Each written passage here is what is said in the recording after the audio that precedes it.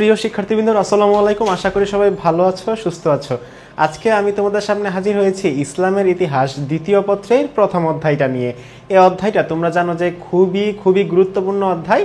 আমাদের বাস্তব জীবনে কিন্তু এই অধ্যায়টা খুবই কাজে লাগে, বা আমাদের পড়াশোনার ক্ষেত্রেও কিন্তু এই অধ্যায়টা খুবই কাজে লাগবে। এখান থেকে শুধু এইচএসসি না, অ্যাডমিশন থেকেও কিন্তু প্রশ্ন এসে থাকে। তো আশা করি সবাই মনোযোগ সহকারে আমাদের অধ্যায়টা দেখবা। আর এই অধ্যায়টা, এই যে স্লাইডগুলো যে আছে, এই স্লাইডগুলো ভাইয়া খুবই ভালোভাবে বানিয়েছে। তোমরা যদি এই স্লাইডগুলো যদি একবার দেখে যাও, আশা করি তোমাদের আর কোনো বই দেখার দরকার হবে না। ঠিক আছে, তাহলে চলো আমরা একটু দেখে নেই। ওকে, এই অধ্যায়ের প্রথমেই আমরা পাবো সেটা হচ্ছে এই যে ভারতবর্ষের পরিচিতি। যেহেতু আমরা এই যে আমাদের দ্বিতীয় পত্রের যে টপিকটা, এই দ্বিতীয় পত্রের টপিকটা শুরু হচ্ছে আমাদের ভারতকে কেন্দ্র করে, তাই আমরা ফার্স্টে পাবো আমরা ভারতবর্ষ পরিচিতি, বা ভারতবর্ষ আসলে কিভাবে ভারত নামটা এসেছে সেটা আমরা আইডেন্টিফাই করার চেষ্টা করব। দেখো, এশিয়া মহাদেশের মধ্যে দক্ষিণে অবস্থিত ভারতবর্ষ সাধারণভাবে ভারত উপমহাদেশ নামে পরিচিত। বস্তুত বিশাল আয়তন, বিপুল জনসংখ্যা এবং প্রাকৃতিক বৈচিত্র্যের কারণে ভারতবর্ষকে উপমহাদেশ বলা হয়। তাহলে এইখানে কিন্তু একটা ছোট প্রশ্ন আসতে পারে যে ভারতবর্ষকে কেন উপমহাদেশ বলা হয়। তুমি কিন্তু এই লাইনে কিন্তু অ্যান্সারটা পেয়ে যাবা। ঠিক আছে, এই যে বিশাল আয়তন, জনসংখ্যা এবং প্রাকৃতিক বৈচিত্র্যের কারণে এটাকে বলা হচ্ছে ভারতীয় উপমহাদেশ। দেখো, ভারতবর্ষের নামকরণ নিয়ে ঐতিহাসিক ও গবেষকদের মধ্যে নানা মতদ্বৈততা রয়েছে। জনশ্রুতি অনুযায়ী পৌরাণিক যুগে ভরত নামে এদেশে একজন হিন্দু রাজা ছিলেন। এই রাজার নাম অনুসারেই এদেশের নামকরণ হয়েছে ভারতবর্ষ। কোনো সূত্র মতে প্রাচীন ফার্সি সাহিত্যে সিন্ধু শব্দটি হিন্দ এবং সিন্ধ এই উভয় নামে উল্লেখ করা হয়েছে। কালক্রমে সমগ্র উপমহাদেশের জন্য এই হিন্দ নামটির প্রচলন হয়। অন্য একটি বর্ণনায় জানা যায় গ্রিকরা ভারত আক্রমণ করতে এসে প্রথমে সিন্ধু অঞ্চলের সাথে পরিচিত হয়। এই অঞ্চলকে ইন্ডাস নামে অভিহিত করে। ধীরে ধীরে তারা সমগ্র ভারতবর্ষের পরিচিতি হিসাবে ইন্ডাস বা ইন্ডিয়া নামের প্রচলন করে বলে অনেকের ধারণা। আবার সিন্ধু নদের ইংরেজি ইন্ডাস থেকে ইন্ডিয়া নামের উৎপত্তির কথাও কেউ কেউ বলে থাকেন। তাহলে আমরা বুঝতে পারতেছি যে এই যে ভারতবর্ষের যে নামকরণ, এই নামকরণ কিন্তু বিভিন্ন মাধ্যমে বা বিভিন্ন ওয়েতে এসে থাকতে পারে। এটা আসলে আদৌ শিওর না যে ভারত উপমহাদেশ বা ভারতের নামটা আসলে এক্স্যাক্টলি কোন জায়গা থেকে এসেছে। বিভিন্ন জন বিভিন্ন কথা বলেছে, এই ধারণাগুলোই আমরা এইখানে দেখতে পাচ্ছি। ভারতবর্ষের ভৌগোলিক অবস্থান। ভারতবর্ষ একটি বিশাল ভূখণ্ড। রাশিয়াকে বাদ দিলে আয়তনে এটি সমগ্র ইউরোপ মহাদেশের সমান। ভারতবর্ষের উত্তর পশ্চিম ও উত্তর পূর্ব দিকে হিমালয় পর্বত, দক্ষিণে ভারত মহাসাগর, পূর্বে ব্রহ্মদেশ মানে মিয়ানমার, পশ্চিমে পারস্য, ইরান ও আরব সাগর। বর্তমান বাংলাদেশ, ভারত, পাকিস্তান, নেপাল, ভুটানের বিস্তৃত অঞ্চলের অন্তর্ভুক্ত। পৃথিবীর প্রায় 1/5 লোক এই উপমহাদেশে বাস করে। অর্থাৎ এই যে ভারতীয় উপমহাদেশে যেই দেশগুলো রয়েছে সেগুলো ভারত, বাংলাদেশ, পাকিস্তান, নেপাল, ভুটান। অর্থাৎ এটা প্রায় এশিয়া, বলা হচ্ছে যে প্রায় এশিয়া মহাদেশের সমান এই উপমহাদেশটা, এবং এর লোক সংখ্যাও অনেক, তাই না? ওকে, এরপর দেখো ভারতবর্ষের নৃতাত্ত্বিক বিবর্তন। দেখো, দ্রাবিড় জাতি ভারতবর্ষের প্রাচীনতম অধিবাসী। তাহলে এটা কিন্তু প্রশ্ন আসতে পারে, জ্ঞানমূলকে আসতে পারে বা এমসিকিউতে আসতে পারে যে কোন জাতি ভারতবর্ষের প্রাচীনতম অধিবাসী। তাহলে অ্যান্সার করবা তোমরা দ্রাবিড় জাতি। এরপর আর্য, শক, কুষাণ, হুনরা পর্যায়ক্রমে ভারতে আসে। অনেকের মতে রাজপুত, জাট এবং গুর্জররা হুন জাতির বংশধর। শুধু বহুজাতি নয়, বহু ধর্ম ও ভাষাভাষী মানুষের মহামিলন ঘটেছে ভারতবর্ষে। হিন্দু ও ইসলাম ভারতের প্রধান ধর্ম, তবে এখানে বৌদ্ধ, খ্রিস্টান, জৈন, শিখ, অগ্নি উপাসক ও অন্যান্য ধর্মাবলীও রয়েছে।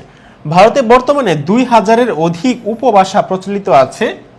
এ কারণেই আইরিশ ইতিহাসবিদ ভিনসেন্ট স্মিথ ভারত উপমহাদেশকে নৃতত্ত্বের জাদুঘর বলে অভিহিত করেছেন। তাহলে ভারত উপমহাদেশকে নৃতত্ত্বের জাদুঘর বলে অভিহিত করেছেন কে? Vincent Smith. এবং আমরা দেখতে পাচ্ছি ভারতে প্রায় 2000-এর মতো উপভাষা রয়েছে এবং বিভিন্ন ধর্মের মানুষ রয়েছে। যদিও ইসলাম ধর্ম এবং হিন্দু ধর্ম প্রধান ধর্ম, তারপরে কিন্তু অনেক ধরনের মানুষ রয়েছে। ওকে, এরপর যদি আমরা যাই, সেটা আমাদের গুরুত্বপূর্ণ একটা টপিক, যে আরবদের সিন্ধু এবং মুলতান বিজয়ের প্রাককালে ভারতবর্ষের উত্তর পশ্চিম অঞ্চলে রাজনৈতিক, প্রশাসনিক ও অর্থনৈতিক অবস্থা। অর্থাৎ আরবরা যখন সিন্ধু বিজয় করে এর আগে ভারতবর্ষের অবস্থাটা আসলে কিরকম ছিল, এই পার্সপেক্টিভটা আমরা হচ্ছে রাজনৈতিক, অর্থনৈতিক এবং সামাজিক দিক দিয়ে বিবেচনা করব। প্রথমে আমরা যদি রাজনৈতিক অবস্থাটা দেখি কেমন ছিল, দেখো আরব মুসলমানদের বিজয়ের প্রাক্কালে ভারতে কোনো রাজনৈতিক ঐক্য ছিল না। প্রাচীন ভারতের ইতিহাস থেকে জানা যায় যে মৌর্য সম্রাট মহারাজ অশোক ভারতে রাজনৈতিক ঐক্য প্রতিষ্ঠা করতে সক্ষম হয়েছিলেন। কেন্দ্রীয় কোনো শক্তি না থাকায় এসব রাজ্যে অনৈক্য ও পারস্পরিক প্রতিদ্বন্দ্বিতা কাজ করত। ফলে আরব মুসলমানরা যখন সিন্ধু বিজয়ে অগ্রসর হয় তখন তাদের বিরুদ্ধে ভারতীয়রা একটি সুসংহত ও সংঘবদ্ধ শক্তি হিসেবে দাঁড়াতে ব্যর্থ হয়। অর্থাৎ এই যে ভারতে কোনো সুসংগঠিত রাজনৈতিক কাঠামো ছিল না, এক একজন হচ্ছে এক একটা রাজনৈতিক কাঠামোর মধ্যে ছিল, যার ফলে তাদের মধ্যে কোনো ঐক্য ছিল না। এজন্য যখন মুসলিমরা যখন আক্রমণ করে তারা কিন্তু এই আক্রমণটা আসলে আলটিমেটলি প্রতিহত করতে পারে না। এরপর আমরা যদি দেখি প্রশাসনিক অবস্থা, আরব বিজয়ের প্রাক্কালে ভারতের প্রশাসনিক ব্যবস্থা রাজতন্ত্র জনপ্রিয়তা লাভ করে। রাজতন্ত্র মানে হচ্ছে রাজার শাসন, অর্থাৎ একজন রাজা মারা গেলে পরবর্তীতে ওনার ছেলে বা ওনার যে উত্তরাধিকার থাকবে সেই রাজা হবে, এরকম। রাজতান্ত্রিক রাজা সর্বময় ক্ষমতার অধিকারী ছিলেন। ঈশ্বরের প্রতিভু হিসেবে রাজা আইন প্রণয়ন, শাসন কাজ পরিচালনা, ন্যায় বিচার প্রতিষ্ঠা এবং প্রধান সেনাপতির দায়িত্ব পালন করতেন। রাজকার্য পরিচালনায় মন্ত্রী এবং সচিব নামক দুই শ্রেণীর মন্ত্রী রাজাকে সহায়তা করতেন। অর্থাৎ তারা মনে করত যে তারা হচ্ছে, এই রাজারা হচ্ছে ঈশ্বরের প্রতিভু, মানে ঈশ্বর প্রেরিত আত্মা, এবং সেই অনুযায়ী কিন্তু তারা কাজ করত। অর্থনৈতিক অবস্থা দেখো কেমন ছিল। প্রাচীনকাল থেকেই বিপুল প্রাকৃতিক সম্পদ ও ঐশ্বর্যের জন্য ভারতবর্ষের বিশ্বজোড়া খ্যাতি ছিল। প্রাচীন অর্থশাস্ত্রবিদ কৌটিল্যের বিবরণ অনুযায়ী রাষ্ট্রীয় আয়ের মুখ্য উৎস ছিল তিনটি, যথা ভূমি রাজস্ব, সামন্ত প্রভু ও সাধারণ মানুষের কাছ থেকে প্রাপ্ত কর এবং আবগারি ও বাণিজ্য শুল্ক। অর্থাৎ তাদের অর্থনৈতিক অবস্থা তিন ধরনের ছিল। এই তিন ধরনের থেকে তারা কিন্তু অর্থনৈতিক সমৃদ্ধি অর্জন করে। যেমন হচ্ছে ভূমি রাজস্ব, অর্থাৎ তুমি যদি কোনো জমি চাষ করো সেই জমি থেকে তোমার যে ফসল বা তোমার যেটা টাকা, সেই টাকা কিন্তু ফসলের উৎপাদনের পর তোমাকে দিতে হবে। তারপর হচ্ছে সাধারণ মানুষের কাছ থেকে প্রাপ্ত কর, আমরা যেরকম ট্যাক্স দিই নর্মাল এরকম ট্যাক্স, এবং হচ্ছে আবগারি ও বাণিজ্য শুল্ক। অর্থাৎ তুমি যদি কোনো আমদানি রপ্তানি করো, কোনো যদি বাণিজ্য করো, ব্যবসা যদি করো, সেই ক্ষেত্রে রাজাকে বা সরকারকে একটা ট্যাক্স দিতে হতো। তো এরকম ছিল প্রাককালে আরবদের অ্যাটাকের প্রাককালে সিন্ধুর অবস্থা। এরপর আসো যে মোহাম্মদ বিন কাসিমের সিন্ধু ও মুলতান অভিযানের কারণ। উনি আসলে কেন এই জায়গাটা অ্যাটাক করছে? আরো তো অনেক জায়গা ছিল, তাই না? উত্তর আফ্রিকার জায়গা ছিল, ইউরোপের দিকে জায়গা ছিল, তাই না? আরো অনেক টাইপের জায়গা ছিল, অনেক সাইডের জায়গা ছিল, বাট উনি কেন আসলে ভারতবর্ষে আসতে চাচ্ছে এটা যদি আমরা একটু দেখি। দেখো, উমাইয়া খলিফা আল ওয়ালিদ বিন আব্দুল মালিকের খিলাফত লাভের পর মুসলিম সাম্রাজ্যের নতুন অধ্যায়ের সূচনা হয়। ওয়ালিদের বিখ্যাত সেনাপতি মুসা বিন নুসাইর সমগ্র উত্তর আফ্রিকা এবং তারিক বিন জিয়াদ স্পেন জয় করেন। সেনাপতি কুতাইবা বিন মুসলিমের প্রচেষ্টায় মধ্য এশিয়ায় ইসলামের বিজয় পতাকা উত্তোলিত হয়। প্রায় একই সময় পূর্বাঞ্চলীয় শাসনকর্তা হাজদাজ বিন ইউসুফের উৎসাহ ও প্রেরণায় সেনাপতি মোহাম্মদ বিন কাসিমের নেতৃত্বে 712 খ্রিস্টাব্দে আরবরা ভারতে সিন্ধু অভিযান প্রেরণ করে। অর্থাৎ তাহলে দেখা যাচ্ছে উমাইয়া খিলাফতের যে খলিফা ছিল, খলিফা আল ওয়ালিদ, এই ওয়ালিদের শাসনকালে দেখা যাচ্ছে উত্তর আফ্রিকা এমনকি স্পেন পর্যন্ত জয় হয়ে যায়, যার ফলে তিনি হচ্ছে এই যে বাংলার যে সাইডটা, বাংলা বা ভারতের যে অংশটা, এই অংশটা সম্পর্কে তারা খুব বেশি অবগত ছিল। বিশেষ করে তাদের অর্থনৈতিক যে সমৃদ্ধি, এই সমৃদ্ধির জন্য তারা অবগত ছিল। এজন্যই তিনি হচ্ছে সিদ্ধান্ত নেন যে তিনি হচ্ছে আসলে আলটিমেটলি ভারতে অ্যাটাক করবে বা আক্রমণ করবে। সেই ক্ষেত্রে তিনি হচ্ছে সিন্ধু বিজয়ের সিদ্ধান্ত নেন। সিন্ধুর রাজধানী ছিল আলোর এবং দেবল ছিল এ রাজ্যের প্রধান বন্দর। রাজা রায় সহসীর পুত্র সহিরসের সময় এই রাজ্যের সমৃদ্ধি সর্বোচ্চ শিখরে আরোহণ করে। এই দাহিরি ছিলেন মুসলিম অভিযানের সময় সিন্ধুর রাজা। তাহলে মুসলিম অভিযানের সময় সিন্ধুর রাজা কে ছিলেন? সিন্ধুর রাজা ছিলেন এই দাহির, ওনার নাম হচ্ছে দাহির, একটু মনে রাখবা। ওকে, সিন্ধু ও মুলতান অভিযানের কারণ সমূহ। ঐতিহাসিকরা আরবদের সিন্ধু ও মুলতান অভিযানের পেছনে পরোক্ষ ও প্রত্যক্ষ দুই ধরনের কারণ ক্রিয়াশীল ছিল বলে মনে করেন। পরোক্ষ কারণটা কি ছিল? দেখো, যে আরবদের সিন্ধু ও মুলতান অভিযানের পেছনে একাধিক কারণ ছিল। যেমন রাজ্য বিস্তার নীতি। আরবদের সিন্ধু মুলতান বিজয় ছিল উপ উমাইয়াদের সম্প্রসারণবাদ রাজ্য বিস্তার নীতিরই অংশ। বস্তুত খলিফা আল ওয়ালিদ এবং তার পূর্বাঞ্চলে শাসনকর্তা হাজ্জাজ বিন ইউসুফ উভয়ই মনে প্রাণে সাম্রাজ্যবাদী ছিলেন। রাজ্য বিস্তারের স্বাভাবিক আকাঙ্ক্ষা তাদেরকে সিন্ধু আক্রমণে প্ররোচিত করে। প্রাচীন ভারতের ধন সম্পদ অর্জন। আচ্ছা, ভারতের ধন সম্পদ অর্জন। ধন সম্পদ ও ঐশ্বর্য বৈভবে সমৃদ্ধ ভারতবর্ষের সাথে অনেক আগে থেকেই আরবদের বাণিজ্যিক যোগাযোগ ছিল। ইসলামের আবির্ভাবের পরেও এই যোগাযোগ অব্যাহত থাকে। ধনৈশ্বর্য লাভ করার জন্য মুসলিম খলিফারা এর আগেও ভারতে বেশ কিছু অভিযান পরিচালনা করেন। তার মানে এখানে আমরা দুইটা কারণ পাচ্ছি। একটা হচ্ছে রাজ্য বিস্তার নীতি, অর্থাৎ তিনি তার যে সাম্রাজ্যবাদী নীতি, তিনি সাম্রাজ্য আরো বিস্তার করতে চেয়েছিলেন, এবং ভারতের যে ধনৈশ্বর্য, এই ধনৈশ্বর্য তিনি লাভ করতে চেয়েছিলেন। ওকে, পরবর্তীতে আমরা যেটা পাবো সেটা হচ্ছে ইসলাম প্রচার। এই যে উমাইয়া সম্প্রসারণবাদের নীতির ফলে মুসলিম সাম্রাজ্যের সীমা বেলুচিস্তান ও মেকরান পর্যন্ত বিস্তৃত হয়। সিন্ধু রাজ সহ ভারতীয় রাজন্যবর্গে মুসলিম বিরোধী বৈরী মনোভাব ও সামরিক উস্কানি মুসলিম সাম্রাজ্যের সীমান্ত নিরাপত্তার জন্য হুমকি হয়ে দাঁড়িয়েছিল। তাই তারা সিন্ধুতে অভিযান পরিচালনা করেন, অর্থাৎ তাদের ইসলাম প্রচারও একটা কারণ ছিল। ব্যর্থতার প্রতিশোধ। কিসের ব্যর্থতা? দেখো, মুসলমানদের পারস্য অভিযানকালে সিন্ধুরাজ সৈন্য দিয়ে মুসলমানদের বিরুদ্ধে পার্শ্বিকদের সহযোগিতা করেছিলেন। সিন্ধুরাজের এই কাজের প্রতিশোধ নেওয়ার জন্য মুসলমানরা সিন্ধু ও মুলতান আক্রমণ করে। হাজ্জাজ বিন ইউসুফের কঠোর নীতি। খলিফা আল ওয়ালিদের পূর্বাঞ্চলে শাসনকর্তা হাজ্জাজ বিন ইউসুফ ছিলেন অত্যন্ত কঠোর প্রকৃতির। তার কঠোর শাসনের প্রতিবাদ বিদ্রোহী হয়ে কিছু আরব সীমান্ত অতিক্রম করে সিন্ধুরাজ দাহিরের কাছে আশ্রয় নেয়। হাজ্জাজ তাদের ফেরত পাঠানোর দাবি জানালে দাহির তা প্রত্যাখ্যান করেন। এতে হাজ্জাজ বিন দাহিরকে সমুচিত শাস্তি দানের লক্ষ্যে সিন্ধু মুলতান অভিযান পরিচালনা করেন। অর্থাৎ আল ওয়ালিদের পূর্বাঞ্চলীয় যে শাসনকর্তা, পশ্চিমে একজন ছিল এবং পূর্বে একজন ছিল। পূর্বে যিনি ছিলেন উনি হচ্ছে হাজ্জাজ বিন ইউসুফ। এই হাজ্জাজ বিন ইউসুফের নেতৃত্বে হচ্ছে তিনি হচ্ছে এই যে সিন্ধু অভিযান, এই সিন্ধু অভিযান পরিচালনা করেন এবং সিন্ধুতে তিনি কিন্তু অ্যাটাক করেন। আচ্ছা, এতক্ষণ আমরা হচ্ছে পরোক্ষ কারণগুলা পড়েছি। কেন পরোক্ষ কারণগুলা কি ছিল? এখন আসি আমরা প্রত্যক্ষ কারণ। ঠিক কি কারণে, এক্স্যাক্টলি কি কারণে তিনি হচ্ছে সিন্ধুতে অভিযান পরিচালনা করেন। দেখো, উপরের কারণগুলোর পরিপ্রেক্ষিতে সাম্রাজ্যবাদী শাসনকর্তা হাজ্জাজ বিন ইউসুফ সিন্ধু আক্রমণের পরিকল্পনা গ্রহণ করেন। ঠিক সে সময় একটি ঘটনা তাকে সিন্ধু রাজের বিরুদ্ধে যুদ্ধ ঘোষণার সুযোগ এনে দেয়। আর এই ঘটনাটি ছিল সিন্ধুর দেবল বন্দরে জলদস্যু কর্তৃক মুসলমানদের 8টি জাহাজ লোড। জানা যায় সিংহলের বর্তমান শ্রীলঙ্কা রাজা 8টি উপঢৌকনপূর্ণ জাহাজ খলিফা আল ওয়ালিদ ও হাজ্জাজের উদ্দেশ্যে প্রেরণ করেন।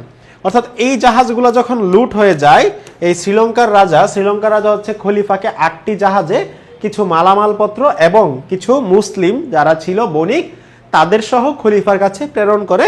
কিন্তু এই যে দাহির যে ছিল সিন্ধুর রাজা, তিনি কি করেন? এই জাহাজটা আটক করে, এবং জাহাজটা আটক করার পরে এই যে মুসলিম যে বণিকরা ছিল, এই মুসলিম বণিকদের মেরে ফেলে, এবং জাহাজে যে ধন সম্পদ বা যে জিনিসপত্রগুলো ছিল, এই জিনিসপত্রগুলো সবগুলা কিন্তু উনি লুট করে নেয়। যার ফলে হাজ্জাজ বিন ইউসুফ উনি খুবই উগ্র ছিলেন এবং কঠোর ছিলেন, এবং তিনি কিন্তু তখন এই সিন্ধু অভিযান প্রেরণ করতে সোচ্চার হন। ওকে, মোহাম্মদ বিন কাসিমের সিন্ধু ও মুলতান অভিযানের ঘটনাবলী এবং সাফল্যের কারণ। খলিফা ওয়ালিদের অনুমতি নিয়ে হাজ্জাজ বিন ইউসুফ 710 খ্রিস্টাব্দে ওবায়দুল্লাহ ও বুদায়ল নামে দুজন সেনাপতির নেতৃত্বে সিন্ধু রাজ্যের বিরুদ্ধে পরপর 2টি অভিযান প্রেরণ করেন, কিন্তু তার এই 2টি অভিযানই ব্যর্থ হয়। কিন্তু দুবার ব্যর্থতার হতোদ্যম না হয়ে হাজ্জাজ 711 খ্রিস্টাব্দে তার জামাতা 17 বছর বয়সী তরুণ সেনাপতি মোহাম্মদ বিন কাসিমের নেতৃত্বে পুনরায় অভিযান প্রেরণ করেন। সেনাপতি মোহাম্মদ বিন কাসিম 6000 সিরীয় ও ইরাকি সৈন্য, 6000 অশ্বারোহী এবং 3000 রসদবাহী উট নিয়ে 711 খ্রিস্টাব্দে সিন্ধুর দিকে যাত্রা করে মেকরানে উপস্থিত হন। মেকরানের শাসনকর্তা হারুন মোহাম্মদ বিন কাসিমকে আরও সৈন্য দিয়ে অভিযানে সাহায্য করেন। সমন্বিত সামরিক বাহিনী নিয়ে মোহাম্মদ বিন কাসিম 712 খ্রিস্টাব্দে সিন্ধুর দেবল বন্দরে আক্রমণ করেন। এ সময় রাজা দাহিরের নির্যাতনে অতিষ্ঠ স্থানীয় জাট ও মেরদের অনেকেই আরব বাহিনীতে যোগ দিয়ে তাদের শক্তি বৃদ্ধি করেন। মুসলিম বাহিনী আল আকস বা বধু নামক একটি দুর্গ ধ্বংস করার বিশেষ যন্ত্র অস্ত্রের সাহায্যে প্রস্তর নিক্ষেপ করে দেবল দুর্গটি ধ্বংস করে এটি হস্তগত করেন। দেবল অধিকারের পর মুসলিম বাহিনী প্রায় বিনা বাধাই নিরন, সিওয়ান এবং সিসাম জয় করে। আরব বাহিনীর ক্রমাগত বিজয় রাজা দাহির বিচলিত হয়ে পড়েন। অর্থাৎ যে 710 খ্রিস্টাব্দে তিনি প্রথম বের হন এবং 711 খ্রিস্টাব্দে তিনি আরেকজন রাজা থেকে তিনি হচ্ছে সাহায্য নেন। এই যে মেকরানের শাসনকর্তা হারুন তাকে সাহায্য করে, এবং 712 খ্রিস্টাব্দে সিন্ধুর দেবল বন্দর আক্রমণ করে। তার যে প্রাসাদ ছিল, দাহিরি যে প্রাসাদ ছিল, সেই প্রাসাদের ওয়াল কিন্তু তিনি এক ধরনের অস্ত্র দিয়ে, বিশেষ অস্ত্র দিয়ে ভেঙে ফেলে। পরে প্রাসাদের কিন্তু পতন হয়ে যায়, দাহির খুবই বিচলিত হয়ে পড়ে। ওকে, তিনি 50,000 সৈন্যের এক বাহিনী নিয়ে মুসলিম বাহিনীকে প্রতিরোধের উদ্দেশ্যে রাওয়ারে উপস্থিত হন কে? রাজা দাহির। 712 খ্রিস্টাব্দের 20 জুন মোহাম্মদ বিন কাসিমের নেতৃত্বে মুসলিম বাহিনী ও দাহিরের বাহিনীর চূড়ান্ত শক্তি পরীক্ষা হয়। যুদ্ধে রাজা দাহির পরাজিত ও নিহত হন। মুসলিম বাহিনীর হাতে রাওয়ার দুর্গের পতন ঘটলে দাহিরের স্ত্রী রানীবাই প্রাসাদে অন্য নারীদের নিয়ে অগ্নিকুণ্ডে ঝাঁপ দেন। তখন কিন্তু এর একটা ট্রেন্ড ছিল যে কেউ যদি হেরে যেত তখন তারা কিন্তু অগ্নিকুণ্ডে কিন্তু ঝাঁপ দিয়ে দিত। ওকে, জৌহর ব্রত পালন করেন। রাজা দাহিরের অন্য এক স্ত্রী রানী লাদি এবং মেয়ে সূর্যদেবী পরিমল দেবী মোহাম্মদ বিন কাসিমের হাতে বন্দী হন। এভাবে ব্রাহ্মণাবাদ ও সিন্ধুর রাজধানী আলোর আরবদের অধিকারে আসে। সিন্ধু রাজধানী আলোর দখলের পর সেনাপতি মোহাম্মদ বিন কাসিম সিন্ধু শক্তির শেষ উৎস মুলতান নগরী অবরোধ করেন। তীব্র প্রতিরোধ মোকাবেলা করে 713 খ্রিস্টাব্দে মুসলিম বাহিনী মুলতান জয় করেন। তার মানে কিন্তু 712 সালে সিন্ধু বিজয় এবং 713 সালে কিন্তু মুলতান বিজয় কিন্তু সূচনা হয়ে গেছে। কার নেতৃত্বে? মোহাম্মদ বিন কাসিমের নেতৃত্বে। ওকে, এরপর দেখো মোহাম্মদ বিন কাসিমের মৃত্যু হয়ে যায়। এটা হচ্ছে ইতিহাসের একটা করুণ পরিণতি বা করুণ অবস্থা। এই যে পরিমল দেবী যে ছিল দাহিরের স্ত্রী বা দাহিরের যে মেয়ে ছিল, এই মেয়ে এবং স্ত্রী হচ্ছে তারা খলিফার কাছে গিয়ে বিচার দেন যে এই যে মোহাম্মদ বিন কাসিম তাদেরকে শ্লীলতাহানি করেছে, ঠিক আছে। যার ফলে খলিফা কিন্তু প্রচুর রাগ করেন এবং এই মোহাম্মদ বিন কাসিমকে একটা তোমার হচ্ছে চামড়ার, আগেকার দিনে চামড়ার মতো এরকম গোলাকার হচ্ছে ফুটবলের মতো করতো, বক্সের মতো করতো, এরকম চামড়া গোলাকার বক্সের মতো করে তাকে এটার হচ্ছে ভিতরে ঢুকে পুরা শহর কিন্তু ঘুরাইছে। যার ফলে যে মনে করো যে তোমার ফুটবলের ভিতরে মনে করো একটা মানুষকে দিয়ে দিছে এরকম, এবং পুরা শহর হচ্ছে ওনাকে এটা দিয়ে হচ্ছে ঘুরাইছে। যার ফলে উনি কিন্তু মারা যায়, ঠিক আছে। এই যে দেখো, এই যে এখানে বলা আছে, এগুলোই বলা আছে যে শ্লীলতাহানি করে এতে ক্ষুব্ধ হয়ে খলিফা মোহাম্মদ বিন কাসিমকে লবণ মিশ্রিত গরুর চামড়ার থলিতে পুরো রাজধানীতে পাঠানোর নির্দেশ দেন। এটা হচ্ছে তারকি মাসুমির বর্ণনা। ওকে, 3 দিন পরে তার মৃত্যু ঘটে, ঠিক আছে। এইরকম তারপর হচ্ছে অনুতপ্ত হন, যদিও তিনি অনুতপ্ত হন। আচ্ছা, পরবর্তীতে এই যে 2জন যে বা 3জন যে মেয়ে ছিল, রাজা দাহিরের স্ত্রী এবং রাজা দাহিরের মেয়ে, তারা এসে যখন এই যে মোহাম্মদ বিন কাসিম যখন মৃত্যুবরণ করেন তখন তারা হচ্ছে খলিফার কাছে যান। খলিফার কাছে গিয়ে বলে যে এই মেয়েগুলো আসলে যেগুলা বলতেছিল মোহাম্মদ বিন কাসিমের নামে, এগুলো আসলে মিথ্যা কথা ছিল। যার ফলে খলিফা কিন্তু পরবর্তীতে প্রচুর অনুতপ্ত হন যে এই যে একজন বিশ্বস্ত সেনাপতি এবং এত শক্তিশালী একজন সেনাপতিকে মেরে ফেলার পরে, ঠিক আছে। তোমরা এগুলো একটু এখান থেকে দেখে নিবা, পড়ে নিবা। ওকে, পরবর্তীতে দেখো আরবদের সাফল্যের কারণ। আরবদের সাফল্যের বিভিন্ন কারণ ছিল, যেমন সিন্ধু ও মুলতানের রাজশক্তির দুর্বলতা। এই যে সিন্ধু এবং মুলতানের যে রাজা ছিলেন দাহির, তাদের কিন্তু কোনো নির্দিষ্ট কোনো সেনাবাহিনী ছিল না বা শক্তিশালী কোনো কামান বাহিনী ছিল না। যার ফলে যখন আরবরা যখন আক্রমণ করে তখন তারা কিন্তু পরাজিত বরণ করে নেয়। তারপর দেখো রাজা দাহিরের দুঃশাসনের প্রতিক্রিয়া, অর্থাৎ রাজা দাহির খুবই অত্যাচারী শাসক ছিলেন। যার ফলে ওনার শাসনামলে যে জাট বা মেঠরা যে ছিল, অনেক সম্প্রদায়, জাট এবং মেঠ হচ্ছে 2টা সম্প্রদায়, তারা কিন্তু এই রাজা দাহিরকে কিন্তু হেল্প করে নাই। রাজা দাহির হেল্প চেয়েছিল যে আমাকে আরবরা আক্রমণ করেছে, আমাকে একটু সাহায্য করেন, বাট তারা কিন্তু সাহায্য করে নাই। আলটিমেটলি দেখা যায় যে পুরা অঞ্চলের মানুষই কিন্তু রাজা দাহিরের পক্ষে দাঁড়ায় নাই, ওনার একমাত্র কয়েকটা সেনাপতি ছাড়া। যার ফলে তার যে পরাজয় কিন্তু অনেকটাই অনিবার্য হয়ে পড়ে। সিন্ধু ও মুলতানের ভৌগোলিক বিচ্ছিন্নতা। ভৌগোলিক অবস্থানগত দিক থেকে সিন্ধু ভারতের অন্যান্য অংশ থেকে বিচ্ছিন্ন ছিল, আর এই কারণে প্রয়োজনীয় মুহূর্তে সিন্ধুরাজ ভারতের অন্য রাজাদের কাছ থেকে কোনো সহযোগিতা পাননি। আরবদের সামরিক শ্রেষ্ঠত্ব। দেখো, সিন্ধু মুলতান বাহিনীর সামরিক দুর্বলতা, মুসলিম বাহিনীর উন্নত সামরিক কৌশল আরব মুসলমানদের সাফল্যের অন্যতম কারণ ছিল। এছাড়াও সেনাবাহিনীর শৃঙ্খলা ও নৈতিকতাবোধ, উন্নত অস্ত্রের ব্যবহার আরব বাহিনীর সাফল্যের পেছনে গুরুত্বপূর্ণ ভূমিকা রেখেছিল। তাছাড়া মোহাম্মদ বিন কাসিমের ব্যক্তিগত সামরিক নৈপুণ্য এবং দক্ষ সৈন্য পরিচালনা সিন্ধুতে আরব বিজয়ের সহযোগিতা করেছিল। আচ্ছা, তোমাদেরকে এখানে একটা কথা বলি যে এই যে আরবদের যে সামরিক শ্রেষ্ঠত্ব, এখানে যেই কথাগুলো লেখা আছে, যেমন হচ্ছে দেখো সেনাবাহিনীর শৃঙ্খলা, নৈতিকতা বোধ, উন্নত অস্ত্রশস্ত্র, এগুলা তোমরা যতগুলা আক্রমণ দেখবা, এই আক্রমণে তুমি যদি দেখো যে আরবরা জিতছে, তুমি যদি জানো যে, যদি জেনে থাকো যে আরবরা জিতছে, তুমি কি করবা, ওই সবগুলাতে গিয়েই হচ্ছে এই যে আরবদের সামরিক শ্রেষ্ঠত্ব এটা লিখে দিবা। হয় এখানে একটু চেঞ্জ করে দিবা যে আরবদের সামরিক শ্রেষ্ঠত্ব, বা খলিফা যদি করে থাকে, অ্যাটাক দিয়ে থাকে, তাহলে বলবা খলিফার সামরিক শ্রেষ্ঠত্ব, বা কোনো সুলতান যদি আক্রমণ করে থাকে তাহলে তুমি এখানে জাস্ট খালি চেঞ্জ করে দিবা যে সুলতানদের সামরিক শ্রেষ্ঠত্ব। এরপর ভিতরে যে লেখাগুলো আছে সবগুলাই কিন্তু সেম লেখাই লাগবে, এগুলা কিন্তু আর পড়া লাগে না। ঠিক আছে, তোমরা অনেকে এগুলো হচ্ছে আবার মুখস্থ করো, প্রত্যেকটা শাসকের এক একজনের কিন্তু এগুলা মুখস্থ করো যে কে কি করছে। তুমি সব জায়গায় লিখে দিবা যে তারা হচ্ছে কামান ব্যবহার করছে, তাদের সামরিক শ্রেষ্ঠত্ব ছিল, তাদের সেনাবাহিনীর প্রশিক্ষণ ছিল, তাদের সেনাবাহিনীর মধ্যে নৈতিকতা বোধ ছিল, এই যে এই কাহিনীগুলাই সব জায়গায় সেম কাহিনী লিখে দিবা। ঠিক আছে, কোনো সমস্যা নাই। ওকে, এরপর আসো এই যে দেশ জয়ের নেশা ও ধর্ম প্রচার। এই যে দেশ জয়ের নেশা ছিল, খলিফারও দেশ জয়ের নেশা ছিল, হাজ্জাজ বিন ইউসুফের দেশ জয়ের নেশা ছিল, সাম্রাজ্য বিস্তৃত করতে চেয়েছিল, এবং এই যে ইসলাম ধর্ম প্রচার করতে চেয়েছিল ভারতবর্ষে, যার ফলে কিন্তু সিন্ধু এবং মুলতান আক্রমণ করে। ওকে, আরবদের সিন্ধু মুলতান বিজয়ের ফলাফল দেখো, রাজনৈতিক ফলাফল। সিন্ধু মুলতান বিজয়ের রাজনৈতিক ফলাফল বিবেচনা করলে স্ট্যানলি লেনপুলের উল্লিখিত বক্তব্য সত্য বলে মনে হয়। ঈশ্বরী প্রাসাদ এ সত্য স্বীকার করেছেন। তিনি বলেছেন, এ সত্য স্বীকার করতে হয় যে রাজনৈতিক দৃষ্টিকোণ থেকে আরবদের সিন্ধু বিজয় ইসলামের ইতিহাস একটি তাৎপর্যহীন ঘটনা। এতে কোনো সন্দেহ নেই যে মোহাম্মদ বিন কাসিমের সিন্ধু বিজয় ভারতবর্ষের রাজনৈতিক ইতিহাসে বিশেষ কোনো পরিবর্তন সাধন করতে পারেনি। কেন পরিবর্তন সাধন করতে পারেনি? কারণ তারা এখানে কোনো রাজ্য বিস্তার করেছে, কিন্তু তারা কিন্তু এখানে কোনো আসলে আলটিমেটলি কোনো রাজা রেখে যান নাই। ঠিক আছে, জাস্ট খালি অ্যাটাক করছে, ধন সম্পদ লুট করছে, আবার চলে গেছে। ওকে, আরব আধিপত্য কেবল সিন্ধু মুলতানের মাধ্যমে সীমাবদ্ধ ছিল। উত্তর ভারতের অপরাপর অঞ্চল ও সম্পূর্ণ দক্ষিণ ভারত আরব প্রভাবের আওতার বাইরে ছিল।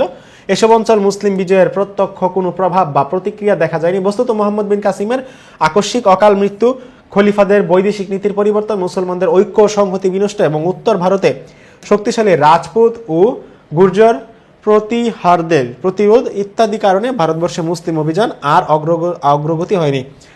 এই যে খলিফা যে মোহাম্মদ বিন কাসিমকে মেরে ফেলছে, বা এই যে ভারতের সিন্ধু এবং মুলতান ছাড়া বাকি যে অঞ্চলগুলো, এই অঞ্চলগুলো কিন্তু তখন আর কেউ অ্যাটাক করে নাই, বা হচ্ছে মোহাম্মদ বিন কাসিমকে মেরে ফেলছে, মোহাম্মদ বিন কাসিমকে মারার ফলে কিন্তু আর কেউ এই অঞ্চল অ্যাটাক করতে আসে নাই। তারপর হচ্ছে খলিফাদের যে বৈদেশিক নীতি ছিল, অর্থাৎ তাদের যে সাম্রাজ্যবাদী একটা মনোভাব ছিল, এই সাম্রাজ্যবাদী মনোভাবও তাদের পরিবর্তন হয়ে গেছে, যার ফলে এই অ্যাটাকটাকে অনেকেই বলতেছে যে অ্যাটাক করছে ঠিক আছে, বাট ভারতবর্ষে এর আসলে কোনো তাৎপর্য নাই। এটা হচ্ছে তারা এখানে বলতে যাচ্ছে। এরপর আসো ধর্মীয় ফলাফল। ভারতীয় ইতিহাসবিদ এ.এল. শ্রীবাস্তবের মন্তব্য করেছেন যে সিন্ধু বিজয়ের সূত্র ধরে ভারতবর্ষে ইসলামের বীজ রূপিত হয়েছিল। ব্রিটিশ শিক্ষাবিদ ঐতিহাসিক টমাস আর্নর বলেন, ধর্মপ্রচারক ও বণিকদের নিরপ্রচ্ছন্ন প্রচেষ্টায় ভারতবর্ষে ইসলামের প্রসার ঘটে। অর্থনৈতিক ফলাফল। ভারতের অন্যান্য অঞ্চলের তুলনায় সিন্ধু মুলতান ছিল অপেক্ষাকৃত অনুর্ভর। এখান থেকে সরাসরি অর্থনৈতিক সমৃদ্ধি অর্জন করা সম্ভব ছিল না সত্য, তবে এই বিজয়ের ফলে ভারতবর্ষের অন্যান্য অঞ্চলের সাথে তাদের বাণিজ্যিক লেনদেনের পরিধি আরও বৃদ্ধি পায়। দক্ষিণ এবং দক্ষিণ পূর্ব এশীয় উপকূলে আরবদের সামুদ্রিক বাণিজ্য সুদূর প্রসারী হয়, যা তাদের অর্থনৈতিক সমৃদ্ধি অর্জনে ভূমিকা রাখে। অর্থাৎ দক্ষিণে এবং দক্ষিণ পূর্ব এশিয়াতে, অর্থাৎ দক্ষিণ পূর্ব এশিয়ার দেশগুলো হচ্ছে এই যে কম্বোডিয়া, থাইল্যান্ড, মিয়ানমার, ফিলিপাইন, এগুলা, এবং দক্ষিণের যে দেশগুলো আছে এইগুলা। ঠিক আছে, দক্ষিণের যে তোমার হচ্ছে অস্ট্রেলিয়া বা যে দেশগুলো আছে। সামাজিক ফলাফল। আরবদের সিন্ধু বিজয়ের ফলে মুসলমানরা হিন্দুদের প্রত্যক্ষ সংস্পর্শে আসে এবং দুই সম্প্রদায়ের মধ্যে প্রীতির সম্পর্ক গড়ে ওঠে। আরব মুসলমানদের অনেকে বিজিত অঞ্চলে বসতি স্থাপন করে এবং স্থানীয় নারীদের বিয়ে করে। আরব বসতি অঞ্চলে আন্তঃবিবাহের ফলে আরবদের মধ্যে সিন্ধুর লোকাচার ও সামাজিক রীতিনীতি প্রবেশ করে। অন্যদিকে সিন্ধুবাসীর জীবনেও অনেক আরবীয় বৈশিষ্ট্যের প্রভাব পড়ে। ঠিক আছে, ওকে। সাংস্কৃতিক ফলাফল। এই যে সাংস্কৃতিক যে ফলাফলগুলো আছে এগুলো একটু দেখে নিবা। তোমার হচ্ছে যে জ্যোতির্বিদ্যা, গণিত, চিকিৎসাবিদ্যা, সঙ্গীত, স্থাপত্য ও চিত্রশিল্পে ভারতীয় বিশেষ পারদর্শিতা ছিল। এই পারদর্শিতা এইখানে হচ্ছে আরব এবং যে আরবের কালচার এবং হচ্ছে ভারতীয় যে কালচার, এই কালচারগুলো মিক্স হয়ে কিন্তু আরো তাদের যে কালচার, এই কালচারটা কিন্তু আরো সমৃদ্ধি হয়, ভারতের কালচারটা আরো সমৃদ্ধি হয়। ঠিক আছে, এটা একটু দেখে নিবা এখান থেকে। ওকে, এরপর যদি আমরা আসি যে গজনি রাজবংশ এবং সুলতান মাহমুদ, খুবই খুবই গুরুত্বপূর্ণ একটা টপিক। আচ্ছা, তিনি ছিলেন, এটা হবে তিনি, ঠিক আছে, তিনি ছিলেন গজনী রাজবংশের প্রতিষ্ঠাতা, সুবুক্তিগুনের জ্যৈষ্ঠ পুত্র। আব্বাসী রাজবংশের দুর্বলতার সুযোগে যেসব রাজবংশের শাসনের উদ্ভব হয়েছিল সেগুলোর মধ্যে সামানিদ বংশ অন্যতম। এই বংশের একজন দাস ছিলেন আলপ্তগিন। আলপ্তগিন তার পৃষ্ঠপোষক সামানিদ শাসনকর্তা আব্দুল মালিকের মৃত্যুর পরে আফগানিস্তানে আসেন এবং গজনীতে 962 খ্রিস্টাব্দে একটি স্বাধীন রাষ্ট্রের গোড়াপত্তন করে। অর্থাৎ আব্বাসী খলিফাদের দুর্বলতার সুযোগে এই যে আলপ্তগিন হচ্ছে একটা রাজবংশ প্রতিষ্ঠা করেন, ঠিক আছে। তো এই রাজবংশ প্রতিষ্ঠা করার পরে এই রাজবংশটা আসলে প্রতিষ্ঠা করে এই যে সামানিদ যে বংশ ছিল, সামানিদ শাসনকর্তা আব্দুল মালিকের মৃত্যুর পরে, ঠিক আছে, মৃত্যুর পরে তিনি হচ্ছে এই রাজবংশটা প্রতিষ্ঠা করেন 962 খ্রিস্টাব্দে। তবে তিনি সামানিদদের প্রতি পূর্ণ আনুগত্য প্রদর্শন করে শাসন কাজ পরিচালনা করেন। তার মৃত্যুর পর 977 খ্রিস্টাব্দে তার বিশ্বস্ত কৃতদাস ও জামাতা সুবুক্তগিন গজনীর সিংহাসনে অধিষ্ঠিত হন। তিনি নিজ রাজ্যে সম্পূর্ণ স্বাধীন ছিলেন। আর তার প্রতিষ্ঠিত রাজবংশটি ইসলামের ইতিহাসে গজনী রাজবংশ নামে পরিচিত। গজনী রাজবংশ থেকে 977 থেকে 1186 খ্রিস্টাব্দ পর্যন্ত শাসন কাজ পরিচালনা করে এবং এ বংশ আরবদের পর নতুন উৎসাহ ও উদ্দীপনা দ্বিতীয় পর্যায়ে ভারতবর্ষের সামরিক অভিযান পরিচালনা করে। সিংহাসনে আরোহণের পরপরই সুবুক্তগিন আফগানদের নিয়ে একটি দুর্ধর্ষ সেনাবাহিনী গঠন করেন এবং খুরাসান, সিস্তান, লামঘান জয় করে ভারতীয় উপমহাদেশের দিকে দৃষ্টি দেন। এই সময় ভারতের সীমান্ত হিন্দু শাহী বংশ রাজত্ব করত। এখানকার রাজা ছিলেন জয়পাল, তার মানে পাল বংশ রাজত্ব ছিল। এটা পরীক্ষায় আসতে পারে যে এই যে তোমার হচ্ছে গজনী রাজবংশের আগে ভারতে কারা ছিল, তারা হচ্ছে পাল বংশ ছিল। ওকে, ঠিক আছে। জয়পালের সীমান্তে দুর্গ, নগর ও গ্রামগুলো আক্রমণ করলে জয়পাল তাকে শাস্তি দেওয়ার প্রতিজ্ঞা করেন। আচ্ছা, সুবুক্তগিন হচ্ছে এখানে সুবুক্তগিন জয়পালের সীমান্তগুলো আক্রমণ করছে। ওকে, এভাবে শাহী বংশের সাথে গজনীর সুলতানের দীর্ঘস্থায়ী প্রতিদ্বন্দ্বিতা শুরু হয়। এদিকে সুবুক্তগিনের আক্রমণাত্মক মনোভাবের কারণে জয়পাল একটি শক্তিশালী সেনাদল নিয়ে 986 খ্রিস্টাব্দে গজনী আক্রমণের জন্য এগিয়ে যান। তারপর হচ্ছে খুজাক নামক স্থানে উভয় পক্ষের সেনাবাহিনী মুখোমুখি হয়। প্রবল তুষার ঝড়ে জয়পালের সেনাবাহিনী ছত্রভঙ্গ হয়ে যায় এবং সুবুক্তগিনের কাছে পরাজিত হন। জয়পাল সন্ধিতে সম্মত হয়ে তার রাজ্যের কিছু অংশ 10 লক্ষ মুদ্রা এবং 50টি হাতি সুবুক্তগিনকে ছেড়ে দিতে প্রতিশ্রুতিবদ্ধ হন। কিন্তু জয়পাল প্রতিশ্রুতি ভঙ্গ করে রাজপুত রাজাদের নিয়ে মৈত্রী যুদ্ধ গঠন করে সুবুক্তগিনের বিরুদ্ধে যুদ্ধের প্রস্তুতি গ্রহণ করেন। সুবুক্তগিন প্রতিশ্রুতির ভঙ্গের দায়ে পেশোয়ারের কাছে যুদ্ধক্ষেত্রে পুনরায় জয়পালকে শোচনীয়ভাবে পরাজিত করেন এবং লামঘান থেকে পেশোয়ার পর্যন্ত দখল করে নেন। অর্থাৎ এই যে জয়পাল যে ছিল, এই জয়পাল প্রথম যে যুদ্ধ হয়েছিল সুবুক্তগিনের সাথে, এই সুবুক্তগিনের সাথে সন্ধি হয়, কিন্তু তারপরেও তিনি বিভিন্ন রাজাদের সাথে সন্ধি করে পরবর্তীতে তিনি কিন্তু আবার আক্রমণের জন্য প্রস্তুতি নেন। এটা বুঝতে পারে সুবুক্তগিন বোঝার পরে তিনি হচ্ছে আবার আক্রমণ করেন। আক্রমণ করার পরে জয়পাল যে ছিল, এই জয়পালকে তিনি পরাজিত করে। ওকে, সুলতান মাহমুদের পরিচয় ও ক্ষমতা লাভ। গজনী সিংহাসনে আরোহণ করে সুবুক্তগিন একটি স্বাধীন, স্থায়ী ও সুষ্ঠু রাষ্ট্র ব্যবস্থা গড়ে তোলেন। তিনি ছিলেন সুযোগ্য শাসক। তার 20 বছরের রাজত্বকালে গজনী রাজ্যের সংহতি বিধান এবং এর সীমানা সম্প্রসারণ করে তিনি ইতিহাসে নিজের স্থায়ী আসন নিশ্চিত করেন। কর্মদক্ষতা আর প্রভুভক্তির গুণে তিনি আলপ্তগিনের কাছ থেকে আমিরুল উমরা উপাধি লাভ করেন। আমির সুবুক্তগিন 77 খ্রিস্টাব্দে মৃত্যুবরণ করেন। মৃত্যুর আগে তিনি পুত্র ইসমাইলকে উত্তরাধিকারী নিযুক্ত করেন, কিন্তু তার জ্যেষ্ঠ পুত্র মাহমুদ এই মনোনয়ন মেনে নিতে পারেননি। ফলে সিংহাসনকে কেন্দ্র করে দুই ভাইয়ের মধ্যে সংঘাত শুরু হয়। এই সংঘাতে মাহমুদের কাছে ইসমাইল পরাজিত হন। মাহমুদ ইসমাইলকে কারারুদ্ধ ও নির্বাসন দিয়ে 977 খ্রিস্টাব্দে 26 বছর বয়সে গজনীর সিংহাসন আরোহণ করেন। সুলতান মাহমুদ গজনী সুলতানদের মধ্যে কেবল শ্রেষ্ঠতমই ছিলেন না, সমসাময়িক নৃপতিদের মধ্যেও তিনি ছিলেন সর্বাপেক্ষা শক্তিশালী। অর্থাৎ এই যে সুবুক্তগিন মারা যাওয়ার পরে তার যে ছেলে ছিল, এই ছেলে হচ্ছে ইসমাইলকে তার রাজ্য দিয়ে যায়। কিন্তু এই যে তোমরা দেখবা যে তৎকালীন সময়ে এই যে ভ্রাতৃহত্যা, এটা হচ্ছে খুবই কমন ছিল, যে কোনো ভাইকে যদি রাজ্য দিয়ে দিত আরেক ভাই এসে ওই ভাইকে মেরে ফেলতো। তো এখানেও সেম ঘটনা ঘটছে। যখন হচ্ছে ইসমাইলকে তোমার হচ্ছে রাজ্য বুঝাই দিছে, সুবুক্তগিন যখন রাজ্য বুঝাই দিছে তার বাবা মাহমুদের বাবা, তখন এই মাহমুদ কি করছে, সুলতান মাহমুদ কি করছে, তার ভাই ইসমাইলকে মেরে ফেলছে। তিনি হচ্ছে এখানকার সুলতান হয়ে গেছে। এই হচ্ছে অবস্থা। ওকে, প্রাথমিক কার্যাবলী। সুলতান মাহমুদ ছিলেন প্রতিভাবান ও বিচক্ষণ শাসক। সিংহাসন আরোহণের আগেই তিনি সমরবিদ্যা, শাসন পদ্ধতি এবং রাজনীতিতে বিশেষ পারদর্শিতা অর্জন করেন।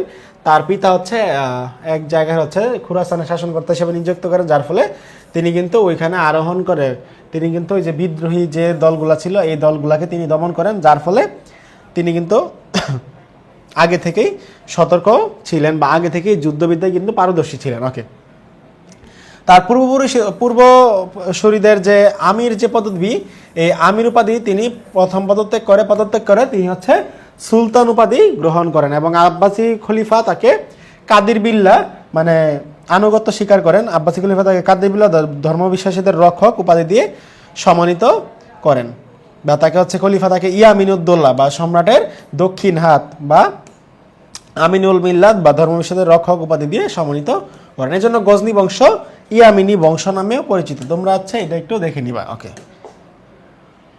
ভারতের সুলতান মাহমুদের সামরিক অভিযানের কারণ বা উদ্দেশ্য, কেন আসলে তিনি অ্যাটাক দিয়েছেন। দেখো 1000 থেকে 1027 খ্রিস্টাব্দ পর্যন্ত তিনি মোট 17 বার ভারত আক্রমণ করেন। এই 17টি অভিযানের মধ্যে তিনি প্রায় 16টি অভিযানই তিনি হচ্ছে সফল হন এবং বিজিত হন। শুধু একবার হচ্ছে তিনি হচ্ছে বিজয় লাভ করতে পারেনি, সেটা হচ্ছে কাশ্মীর অভিযানের সময় তিনি হচ্ছে একমাত্র কিন্তু সফল হতে পারেনি। বাকি 16 বারেই তিনি সফল হয়েছেন। এবং তার যে পাঞ্জাব প্রদেশ, এই পাঞ্জাব প্রদেশ ছাড়া তিনি যতবার আসলে আক্রমণ করেছে তিনি কিন্তু এই রাজ্যগুলা পাঞ্জাব প্রদেশ ভিত্তিতে অন্য প্রদেশে তিনি তার রাজ্য বিস্তার করেননি। ঠিক আছে, তিনি হচ্ছে বারবার অ্যাটাক করেছে, আক্রমণ করেছে এবং সেখান থেকে অর্থ সম্পদ লুট করে চলে গিয়েছে। এজন্য অনেক ইউরোপীয় ইতিহাসবিদ তাকে হচ্ছে গোঁড়া ধর্মীয় উপাধি দেয়, যে তিনি হচ্ছে একজন গোঁড়া ধর্মপ্রচারক। গোঁড়া ধর্মপ্রচারক বলতে তিনি নিজ ধর্ম ছাড়া অন্য কোনো ধর্মকে দেখতে পারেন না, এমন একটা কথা বলতো। এবং বলা হতো যে তিনি হচ্ছে আসলে লুটোত্রাজ, কারণ তিনি বারবারই হচ্ছে লুট করতো, বিভিন্ন জায়গায় লুট করে আবার চলে যেত। ঠিক আছে, এই যে এখানে এইগুলাই কথাগুলা বলা আছে যে এক একজন এক এক উপাধি দেন। তিনি বলতো, একজন বলল যে কেউ কেউ মনে করেন তিনি আসেন, পুরাণ মারেন, লুটপাট করেন, অধিকার করেন এবং চলে যান। কারো অভিমত বীর যোদ্ধা উচ্চবিলাসী বিজেতার আকাঙ্ক্ষা পূরণের উদ্দেশ্যেই সুলতান মাহমুদ বারবার ভারত আক্রমণ করেন। তাহলে এই যে কারণগুলো, এই কারণগুলোর জন্যই কিন্তু তিনি বারবার আসলে ভারত আক্রমণ করতেন। ধর্মীয় উদ্দেশ্য তো ছিলই, ধর্ম প্রচার করতে এসেছিল। আব্বাসী যে খলিফা ছিল, এই খলিফা তাকে বলছিল ধর্ম প্রচার করতে ভারতে, এজন্য তিনি এসেছিল। রাজনৈতিক উদ্দেশ্যই তিনি হচ্ছে প্রধান ছিল। অধিকাংশ ঐতিহাসিক মনে করেন সুলতান মাহমুদের ভারত আক্রমণ পেছনে রাজনৈতিক উদ্দেশ্য প্রধান। বস্তুত সুলতান মাহমুদের সাম্রাজ্যের প্রান্ত সীমায় ছিল ভারতের উত্তর পশ্চিম সীমান্ত অঞ্চল, অর্থাৎ সুলতান মাহমুদের যেই জায়গায় রাজ্য তিনি হচ্ছে ছিলেন, তার যে রাজ্যটা ছিল এই রাজ্যের সাথেই লাগোয়া রাজ্য বা সীমান্তবর্তী রাজ্য হচ্ছে ভারতের উত্তর পশ্চিম যে অংশটা, এই অংশটা। তো তিনি আসলে মনে করতেন যে আমার পাশে যেহেতু এই অঞ্চলটা আছে, তো এক সময় কোনো রাজা যদি আমাকে আক্রমণ করে তাহলে আমার জন্য এটা খুব বেশি সুবিধাজনক অবস্থান বয়ে আনবে না। এই জন্যই তিনি কিন্তু এই যে অঞ্চলগুলো তিনি কিন্তু বারবার আক্রমণ করেন বা তার আশেপাশে অঞ্চলগুলো আক্রমণ করেন। ঠিক আছে, এই যে অর্থনৈতিক উদ্দেশ্য, এই যে অর্থনৈতিক উদ্দেশ্য ছিল তার কিন্তু অনেক অর্থনৈতিক উদ্দেশ্য ছিল। এজন্য অ্যাডভান্স হিস্টোরি অফ ইন্ডিয়া গ্রন্থেও ভারতীয় দৈনৈশ্বর্য সংগ্রহে সুলতান মাহমুদের ভারত অভিযানগুলোর মুখ্য উদ্দেশ্য বলে উল্লেখ করা হয়েছে। ঠিক আছে, এম মোহরালি তোমার হচ্ছে এখানে একটা স্টেটমেন্ট দিয়েছে, তোমার এই স্টেটমেন্টগুলো একটু দেখে নিবা। ঠিক আছে, এখানে সবগুলো হচ্ছে স্টেটমেন্ট দেওয়া আছে। মেইনলি তিনি আসছিল, বারবার ভারত আক্রমণ করছে, ধন সম্পদের জন্যই তিনি আসছিল। ওকে, ভারতের সুলতান মাহমুদের অভিযান সমূহ। সুলতান মাহমুদের 27 বছর বয়সে মোট 17 বার ভারত আক্রমণ করেন। তিনি হচ্ছে প্রথমবার যখন আক্রমণ করেন তিনি হচ্ছে সীমান্ত শহর ও দুর্গ দখল করেন। এই সীমান্ত শহরটা ছিল কোথায়, যে খাইবার পাস সীমান্তের কতগুলো দুর্গ শহর দখল করেন। এটা কবে, 1000 সালের সেপ্টেম্বর মাসে। ওকে, এরপর দেখো জয়পালের বিরুদ্ধে অভিযান। জয়পালের বিরুদ্ধে তিনি কিন্তু হচ্ছে 2 বার অভিযান প্রেরণ করেন। 1000 খ্রিস্টাব্দে 28 নভেম্বর পেশোয়ারের যুদ্ধে সুলতান মাহমুদ রাজা জয়পালের বাহিনী পরস্পর মুখোমুখি হন।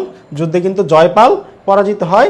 এই যে তিনি কিন্তু প্রায় 2.5 লক্ষ দিনার জরিমানা দেন এবং অন্যান্য কয়েকটি শর্তে রাজকর্মচারী সহ বন্দী হন।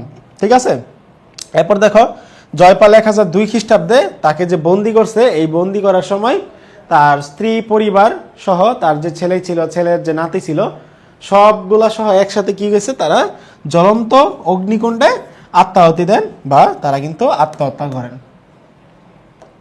এরপর দেখো বিজয় রায়ের বিরুদ্ধে অভিযান 1004-5 খ্রিস্টাব্দে এই অভিযানটা তিনি প্রেরণ করেন এবং তিনি কিন্তু এই বিজয় পাল তিনি কিন্তু বিজয় রায় তিনি কিন্তু আত্মহত্যা করেন। ঠিক আছে, বীরা গজনীর অঙ্গরাজ্যে পরিণত হয়। বীরা হচ্ছে কি ছিল, বীরা হচ্ছে এই যে তোমার হচ্ছে বিজয় রায়, এই বিজয় রায়ের এলাকা ছিল। এরপর দেখো মুলতান অধিকার 1006 খ্রিস্টাব্দে সুলতান মাহমুদ মুলতানের বিরুদ্ধে অভিযান পরিচালনা করেন। মুলতানের শিয়া কারামাতিয়া সম্প্রদায়ের শাসক আবুল ফাতাহ দাউদ ভারতে সুলতান মাহমুদের রাজ্য সম্প্রসারণে প্রতিহত করার জন্য পাঞ্জাবের রাজা আনন্দপালের সাথে মৈত্রী স্থাপন করে সুলতানের বিরাগবাজার হন। এই ঘটনার ক্ষুব্ধ সুলতান মাহমুদ 1006 খ্রিস্টাব্দে মুলতান অবরোধ করেন। 7 দিন অবরোধ থাকার পর দাউদ বশ্যতা স্বীকার করেন এবং নিষ্ঠার সাথে ইসলামী শরিয়াত অনুসারে পালন ও বার্ষিক 20,000 দিরহাম করদানের অঙ্গীকার করে নিজ রাজ্য রক্ষা করেন। এরপর দেখো সুখপালের বিরুদ্ধে অভিযান। সুখপালের বিরুদ্ধে তিনি অভিযান প্রেরণ করেছিলেন 1007 খ্রিস্টাব্দে। তার বিরুদ্ধে অভিযান চালায়, তাকে পরাজিত করে যাবজ্জীবন কারাদণ্ড দেন। তোমরা হচ্ছে এগুলো এখান থেকে একটু পড়ে নিবা, ঠিক আছে? আমি সুন্দর করে তোমাদের লিখে দিয়েছি, একটু পড়ে নিবা তোমরা এগুলা। ওকে, আনন্দপালের বিরুদ্ধে অভিযান। সুলতান মাহমুদের ষষ্ঠ অভিযান ছিল রাজা আনন্দপালের বিরুদ্ধে 1008 খ্রিস্টাব্দে এই অভিযান পরিচালিত হয়।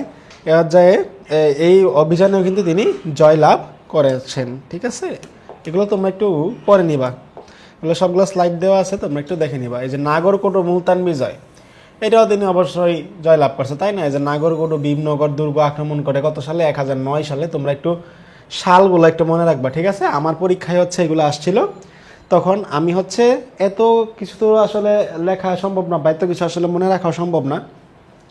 আমি শুধু এই জায়গার নামগুলো মনে রাখতাম, যে কোন জায়গায় আক্রমণ করছে, কার বিরুদ্ধে আক্রমণ করছে এবং হচ্ছে কত সালে আক্রমণ করছে, এই জায়গাগুলো একটু, এই জিনিসগুলো একটু মনে রাখতাম। তো এই জিনিসগুলো মনে রেখে আমি কিন্তু প্রায় 17টা আক্রমণই কিন্তু আমি পরীক্ষায় দিয়েছিলাম। ঠিক আছে, তোমরা যে এগুলা আসলে এত কিছু পড়ার দরকার নেই, তোমরা রিডিং পড়বা, জানার জন্য রিডিং পড়ে রাখবা, বাট পরীক্ষার হলে তো তুমি আসলে এত কিছু লিখতে পারবে না। তোমাকে যদি বলা হয় যে সুলতান মাহমুদের অভিযানগুলা, ভারত অভিযানগুলা তুমি হচ্ছে বর্ণনা করো, তাহলে তোমার তো এত আসলে সময় নাই। একটা সৃজনশীলে তুমি যদি 17টা 12 আক্রমণে এইরকম বিস্তারিতভাবে লিখো, তাহলে তো তুমি আর 7টা সৃজনশীল আনসার করতে পারবে না। তো এইগুলা যদি শুধু তুমি হচ্ছে এই জায়গাগুলো মনে রাখবা, নাগরকোট ও মুলতান বিজয় কার বিরুদ্ধে করছিল, এই যে আনন্দপালের বিরুদ্ধে করছিল, 1009 সালে করছিল। এবং তুমি তো জানোই যে সবগুলা এটাকে উনি জিতছিল, তো তুমি এখানে লিখে দিবা যে সুলতান মাহমুদ এই এটাকে কি হন, বিজয় লাভ করেন। এরপর লিখে দিবা এখান থেকে তিনি কিছু স্বর্ণ মুদ্রা নিয়ে লুট করে চলে যান। ঠিক আছে, মানে সবগুলো এটা কিন্তু এমনই ছিল ওনার। এরপর দেখো দাউদের বিদ্রোহ। এই যে দাউদের বিদ্রোহ শাসনকর্তা, মুলতানের শাসনকর্তা আবুল ফাতা দাউদ আবার বিদ্রোহ করলে সুলতান মাহমুদ 1010 খ্রিস্টাব্দে তার বিরুদ্ধে পুনরায় অভিযান চালিয়ে দাউদকে গুরদুর্গ কারারুদ্ধ করেন। এই যে 8 নাম্বার যে পয়েন্টটা, এই পয়েন্টটা আমি মনে করি যে ঠিক আছে, কারণ একদম ছোট পয়েন্ট, একদম মানে এক্সাক্ট পয়েন্ট আছে, এরকম করে সবগুলো দিবা যদি পরীক্ষায় আসে প্রশ্নটা। ত্রিলোচন পালের বিরুদ্ধে অভিযান। ত্রিলোচন পালের বিরুদ্ধে 1014 খ্রিস্টাব্দে সুলতান মাহমুদ ত্রিলোচনের বিরুদ্ধে অতর্কিত আক্রমণ চালালে তিনি পরাজিত হন এবং কাশ্মীর রাজা তুঙ্গেরের কাছে আশ্রয় নেন। ঠিক আছে, কিন্তু আশ্রয় নেওয়ার পরে কি হবে, 1026 খ্রিস্টাব্দে রাজা ভীমপালের মৃত্যুর মধ্যে দিয়ে পাঞ্জাবের বিখ্যাত হিন্দু শাহী রাজবংশের পতন ঘটে। তার মানে এই যে ত্রিলোচন পাল, এই ত্রিলোচন পালের পরবর্তীতে কি হয়েছে, তিনি ধরে মেরে ফেলছে, শেষ কাহিনী। এরপর দেখো থানেশ্বর বিজয়। থানেশ্বর বিজয় কত সালে, 1014 সালে সুলতান মাহমুদ থানেশ্বর দুর্গ অধিকার করেন। থানেশ্বরে হিন্দুদের পবিত্র স্থান চক্রস্বামী মন্দিরটি ধ্বংস করে মাহমুদ প্রচুর ধনরত্ন বঞ্জের তৈরি চক্রস্বামী বিগ্রহ নিয়ে গজনি ফিরে যান। অর্থাৎ এই যে থানেশ্বর অ্যাটাক করছে 1014 সালে ওই যে থানেশ্বরের যে মন্দির ছিল, মন্দির থেকে ধনরত্ন লুট করে পালিয়ে গেছে। এই জিনিসগুলো লিখে দিবা। কাশ্মীরের বিরুদ্ধে অভিযান। এই যে সুলতান মাহমুদ কাশ্মীরের বিরুদ্ধে অভিযান করছে কত, 1015 খ্রিস্টাব্দে। পরিচালিত মাহমুদের এই অভিযানটি সফল হয়নি, তার মানে একটা অভিযানই সফল হয়নি। মথুরা ও কনৌজ বিজয়। মথুরা ও কনৌজ বিজয় কত, 1019 খ্রিস্টাব্দে জানুয়ারি মাসে কনৌজ ও নৃপতি রাজ্যপালকে পরাস্ত করে সুলতান মাহমুদ কনৌজ অধিকার করেন, শেষ কাহিনী। এরপর তোমরা যদি পড়তে চাও পড়ে নিবা, স্লাইডটা পড়বা, ঠিক আছে? আমি পড়তে কিন্তু না করতেছি না, বাট আমি বলতেছি যে তোমরা আসলে এই সবগুলো যদি এরকম বিস্তারিত যদি পড়ো, পরীক্ষা আসলে তো লিখতে পারবে না। পরীক্ষা আসলে তুমি কি হয়ে যাবে, হতাশ হয়ে যাবে মুখস্থ করলে। তো তুমি কি করবা, সালটা পড়বা, কোন জায়গা অ্যাটাক করছে এটা পড়বা, কার বিরুদ্ধে অভিযান করছে, এইটা খালি পড়বা, তাইলেই তুমি লিখতে পারবা। এই যে দেখো আমি বলতেছি চান্দেলা রাজ্যের বিরুদ্ধে অভিযান, ওকে ভেরি গুড, এটা মনে রাখবা। কত সালে করছে এই দেখো 1019 খ্রিস্টাব্দে চান্দেলা রাজাকে আক্রমণ করেন, রাজা গুন্ডা পরাজিত হলে বিজয়ী বাহিনী তার রাজধানীতে প্রবেশ করে। এটা তুমি তোমার মনের মতো করে লিখে দিবা যে 1019 সালে চান্দেলা রাজাকে আক্রমণ করেন, এই রাজা পরাজিত হন, পরাজিত হলে সুলতান মাহমুদ তার সেনাবাহিনী নিয়ে কি হয় রাজধানীতে বীর দর্পে প্রবেশ করে এবং এখান থেকে কিছু ধন সম্পদ লুট করে চলে যান, তাই না? কাহিনী তো এটাই। এ দেখো গোয়ালিয়র আক্রমণ, গোয়ালিয়র আক্রমণ কত সালে করে? এই যে 1021-22 খ্রিস্টাব্দে পরিচালিত এই অভিযানে গোয়ালিয়র অধিপতি সুলতানের বশ্যতা স্বীকার করে কর প্রদানের প্রতিশ্রুতি দেন, কাহিনী শেষ। কালিঞ্জর বিজয়, কালিঞ্জর বিজয় কত সালে করছে? 1023 সালে করছে। কালিঞ্জর অভিমুখে তিনি যাত্রা করেন, রাজা গোল্ডার বিখ্যাত দুর্গটি অবরোধ করেন, অবরোধ করার পরে কি হয় চান্দেলার রাজা মোহাম্মদ সুলতান মাহমুদকে প্রভূত পরিমাণ ধনরত্ন দিয়ে মুক্তি দেন। দেখছো এই যে কাহিনী কিন্তু সব সেমই, যে জায়গায় অ্যাটাক করছে ধন সম্পদ দিয়ে দিছে, সুলতান মাহমুদ চলে গেছে। তো সব জায়গায় তুমি হচ্ছে এইগুলাই দিবা, হয় মেরে ফেলছে সুলতান মাহমুদ, ওই রাজারে মেরে ফেলছে একটা কাহিনী এটা হইতে পারে, অথবা ওই রাজা কি করছে সুলতান মাহমুদের ধন সম্পদ দিছে, সুলতান মাহমুদ চলে গেছে, এই হবে কাহিনী ঘুরে ফিরে সব। আসো বিখ্যাত সোমনাথ মন্দির বিজয়, সোমনাথ মন্দির আক্রমণ করে কত সালে? 1026 খ্রিস্টাব্দে তিনি সোমনাথের দ্বারে পৌঁছান। গুজরাটের রাজা ভীমদেবের নেতৃত্বে স্থানীয় জনগণ ও পুরোহিতদের প্রবল বাধা সত্ত্বেও এই অভিযান সুলতান মাহমুদ জয়লাভ করেন। মন্দির সহ 300 বিগ্রহ ধ্বংস করা হয়। এই মন্দির থেকে মাহমুদ 2 কোটিরও বেশি স্বর্ণমুদ্রা ও বিগ্রহদের অলঙ্কার থেকে 2 সমন মূল্যবান মণিমুক্তা নিয়ে স্বদেশে ফেরত যান। এই যে দেখছো এই যে 3 লাইন লিখলেই তুমি কিন্তু স্যার কিন্তু বুঝবে যে না আসলে পড়ছে। এই যে সালটা যখন তুমি লিখবা বিশেষ করে তাইলে স্যার বুঝে ফেলবে যে তুমি আসলে পড়ছো। ওকে, জাটদের বিরুদ্ধে অভিযান, সর্বশেষ অভিযান এটা। সুলতান মাহমুদের সপ্তদশ এবং ভারতের শেষ অভিযান পরিচালিত হয় জাটদের বিরুদ্ধে। 1027 খ্রিস্টাব্দে ভারতে তার শেষ অভিযান পরিচালনা করেন। তুর্কি বাহিনীর কাছে জাটরা চরমভাবে পরাজিত হয়। তুর্কি বাহিনী কারা? এই সুলতান মাহমুদের বাহিনীটা হচ্ছে তুর্কি বাহিনী। ভারত অভিযানে সুলতান মাহমুদের সাফল্যের কারণ ও এর ফলাফল। প্রথমত গজনি এবং ভারতে তদানীন্তন বাস্তব পরিস্থিতি সুলতান মাহমুদের সাফল্যের অনুকূলে ছিল। ঈশ্বরী বাসিদার মধ্যে সামানিদ বংশের পতন, হিন্দু রাজাদের মধ্যে চিরস্থায়ী বিবাদ ও মতবিরোধ ও ভিন্ন শত্রুর বিরুদ্ধে জোট গঠনে তাদের ব্যর্থতা। অর্থাৎ এই যে ভারতবর্ষটা ছিল এইখানে কিন্তু অনেক রাজা ছিল, ঠিক আছে? একজন রাজার আন্ডারে কিন্তু ছিল না, এক একটা অঞ্চল এক এক রাজাদের আন্ডারে ছিল। তো এই রাজাগুলা কি হলো, যখন সুলতান মাহমুদ যখন আক্রমণ করে তখন এই রাজার আসলে ঐক্যমত্যে পৌঁছাতে পারেনি, এক হতে পারেনি, যার ফলে সুলতান মাহমুদ অ্যাটাক দেওয়ার ফলে কিন্তু এই রাজাগুলা পরাজিত হয়েছে। এটাই। দ্বিতীয়ত বলছে এসএন ল্যান্ডপুলের মধ্যে রাজনৈতিক ক্ষেত্রে বিভক্তি এবং প্রাকৃতিক কারণে সম্ভবত দুর্বল ভারতীয়রা মাহমুদের ঐক্যবদ্ধ দুর্দর্শ সেনাবাহিনীর বিরুদ্ধে লড়াই করে জয়লাভে অসমর্থ হয়ে পড়ে। বস্তুত সংখ্যায় বেশি হওয়া সত্ত্বেও অনৈক্য ও অরাজকতার কারণে হিন্দু রাজন্যবর্গ তুর্কি বাহিনীর মোকাবেলায় ব্যর্থ হয়। তৃতীয়ত সুলতান মাহমুদের মোকাবেলা ভারতীয়রা কনফেডারেসি গঠন করে সত্য, তবে জাতিভেদ, বর্ণভেদ এবং ধর্মীয় কুসংস্কার পারস্পরিক কোন্দলের কারণ কনফেডারেসি আত্মাবিহীন বুথ পরিণত হয়, ঠিক আছে? অর্থাৎ হিন্দুরা যারা কনফেডারেসি গঠন করছিল বাট এই কনফেডারেসি আলটিমেটলি কোনো কাজ করে নাই। সুলতান মাহমুদের ভারত অভিযানের ফলাফল, রাজনৈতিক ফলাফল। তো প্রথমত যে রাজনৈতিক ফলাফলটা ছিল কি দেখো, যে তিনি পাঞ্জাবকে সাম্রাজ্যভুক্তকরণ সীমিতভাবে হলেও তাকে ভারত নৃপতির মর্যাদা দিয়েছে। বি.এ. স্মিথ বলেন এ সংযোজনই মাহমুদের ভারতবর্ষের নৃপতি হওয়ার একমাত্র দাবি। 24-এর উত্তরাধিকারীরা আফগানিস্তান ও মধ্য এশিয়া থেকে বিতাড়িত হয়ে এ পাঞ্জাবে আশ্রয় নিয়েছিলেন। দ্বিতীয়ত সুলতান মাহমুদের পাঞ্জাব অধিকার পরবর্তী সময়ে ভারতে মুসলিম সাম্রাজ্য স্থাপনে সহায়ক ভূমিকা পালন করে। তৃতীয়ত এই অভিযানে ভারতের হিন্দু সামরিক শক্তির দুর্বলতা, রাজন্যবর্গের অনৈক্য এগুলো হচ্ছে প্রকাশ পেয়ে যায়। অর্থনৈতিক ফলাফল, তো অর্থনৈতিক ফলাফল তো জানোই, তিনি আসছে সব জায়গায় অ্যাটাক দিতে চলে গেছে। ধর্মীয় ফলাফল কি হবে? ধর্মীয় ফলাফল এখানে আসছে বিভিন্ন পীর দরবেশ আসছে, এখানে পীরদের আগমন হয়েছে, তোমার ইসলাম ধর্মের প্রচার হয়েছে। সাংস্কৃতিক ফলাফল, সাংস্কৃতির ক্ষেত্রে অনেক তোমার হচ্ছে মিক্সচার হয়েছে, ঠিক আছে? বিভিন্ন তোমার হচ্ছে তোমার যেগুলো বলে যে নগর উন্নয়নের যে কাজগুলা, রাস্তাঘাট, কলকারখানা নির্মাণ, এইগুলো হচ্ছে উন্নত হয়েছে, এগুলো একটু তোমরা হচ্ছে লিখে দিবা এখানে। সুলতান মইজউদ্দিন মোহাম্মদ ঘুরি, ঘুরিদের পরিচয়। আফগানিস্তানের হিরাত ও গজনির মধ্যবর্তী পর্বত সংলগ্ন স্থানে ঘুর রাজ্যটি অবস্থিত ছিল। এই রাজ্যের অধিপতিরা ঘুরি নামে খ্যাত।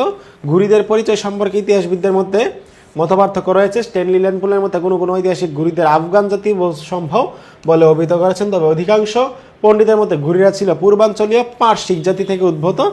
10 শতাব্দীর শুরুতে 1009 খ্রিস্টাব্দে সুলতান মাহমুদ ঘুর রাজ্য আক্রমণ করে একে গজনির সীমান্ত সামন্ত রাজ্যে পরিণত করেন। নিয়মিত কর প্রদান ও আনুগত্য প্রদর্শন ছাড়াও সুলতান মাহমুদের রাজত্বকালে ঘুরিরা বিশ্বস্ততার সাথে তার পক্ষে যুদ্ধ করে। সুলতান মাহমুদের উত্তরাধিকারী গজনি সুলতানের মধ্যে গৃহবিবাদ, অন্তকলহ ও সেলজুক তুর্কিদের সাথে যুদ্ধের ফলে গজনি সাম্রাজ্য দুর্বল হয়ে পড়ে। এই সুযোগে ঘুরিরা পুনরায় শক্তি সঞ্চয় করে এবং তারা গজনি সুলতানের আনুগত্য অস্বীকার করে তাদের সাথে ক্ষমতার প্রতিদ্বন্দ্বিতা লিপ্ত হয়। অর্থাৎ এই যে সুলতান মাহমুদ ছিল গজনির শাসক, গজনি শাসকদের তারা এক সময় আনুগত্য স্বীকার করে, তারা হচ্ছে সাম্রাজ্য চালাচ্ছিল, বাট এক সময় গজনি যখন দুর্বল হয়ে যায় তখন তারা হচ্ছে গজনি সুলতানকে আর স্বীকার করে না, অস্বীকার করে তারা নিজ রাজ্য প্রতিষ্ঠা করতে সক্ষম হয় স্বাধীনভাবে। সুলতান মহিজউদ্দিন মোহাম্মদ ঘুরির পরিচয়। মোহাম্মদ ঘুরির প্রকৃত নাম মইজউদ্দিন মোহাম্মদ বিন সাম, তবে তিনি শিহাবুদ্দিন মোহাম্মদ ঘুরি বা মোহাম্মদ ঘুরি নামে সমধিক পরিচিত।